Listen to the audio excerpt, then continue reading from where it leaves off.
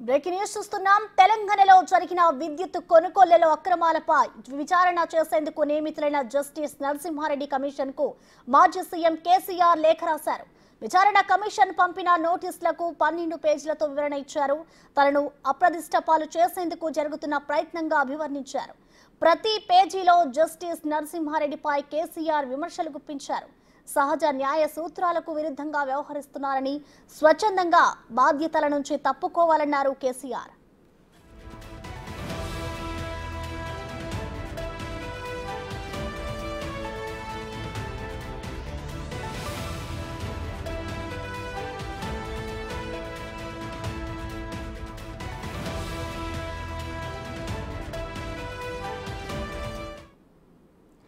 దీనికి సంబంధించిన మరింత సమాచారం మా ఇన్పుటేటర్ పవన్ లైవ్ లో అందిస్తారు. పవన్, చెప్పండి.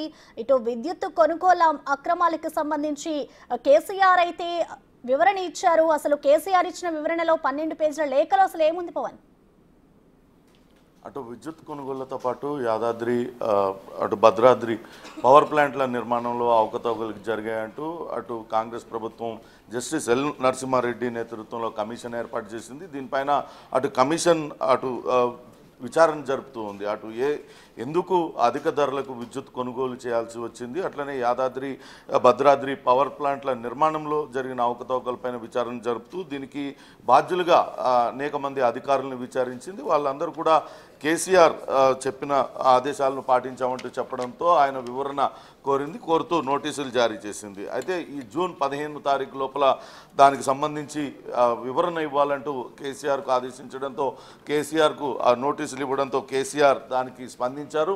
ప్రస్తుతం ఆయన 12 పేజీల లేఖను జస్టిస్ ఎల్ నరసింహారెడ్డి కమిషన్ని ఉద్దేశిస్తూ ఆయన 12 పేజీల లేఖను రాశారు.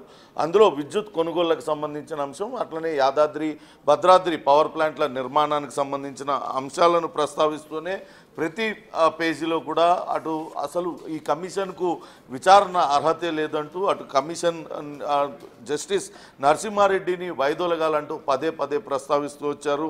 అటు ఏదైతే విద్యుత్ రెగ్యులేటరీ కమిషన్ తీర్పులకు లోబడే ఈ కొనుగోలు చేసాం, దానిపైన మరో కమిషన్ను అసలు ఎలా ఏర్పాటు చేస్తారు, ఇది ఒక అనాలోచిత చర్య. అటువంటి కమిషన్కు అసలు బాధ్యతలు తీసుకోవడం మీరు చేసిన మొదటి తప్పంటూ జస్టిస్ నరసింహారెడ్డిని టార్గెట్ చేస్తూ ఆయన చేశారు. అసలు హైకోర్టు మాజీ ప్రధాన న్యాయమూర్తిగా పనిచేసిన మీరు ఈ బాధ్యతలు స్వీకరించడమే చాలా విచారణకరం. మీరు కూడా ఒక దురుద్దేశపూర్వకంగా ఆయనకు కూడా కొన్ని ఉద్దేశాలను ఆపాదించారు. దురుద్దేశపూర్వకంగానే మీరు కావాలనే మీడియాకు లీకులు ఇస్తున్నారు, మీడియా సమావేశాలు నిర్వహించారు. ఇంకా విచారణ పూర్తి కాకుండానే తాము తప్పు చేసినట్టుగా మీరు నిర్ధారించుకొని చెప్తున్నట్లుగా భావించాల్సి వస్తుంది. అందుకే తాను ఎక్కడ కూడా దీనికి విచారణకు హాజరయ్యేది లేదు. వాస్తవానికి మీరు నోటీసులు ఇచ్చినప్పుడు నేను మీకు హాజరయ్యే వివరణ ఇద్దామనుకున్నా, కానీ ఇప్పుడు అవసరమే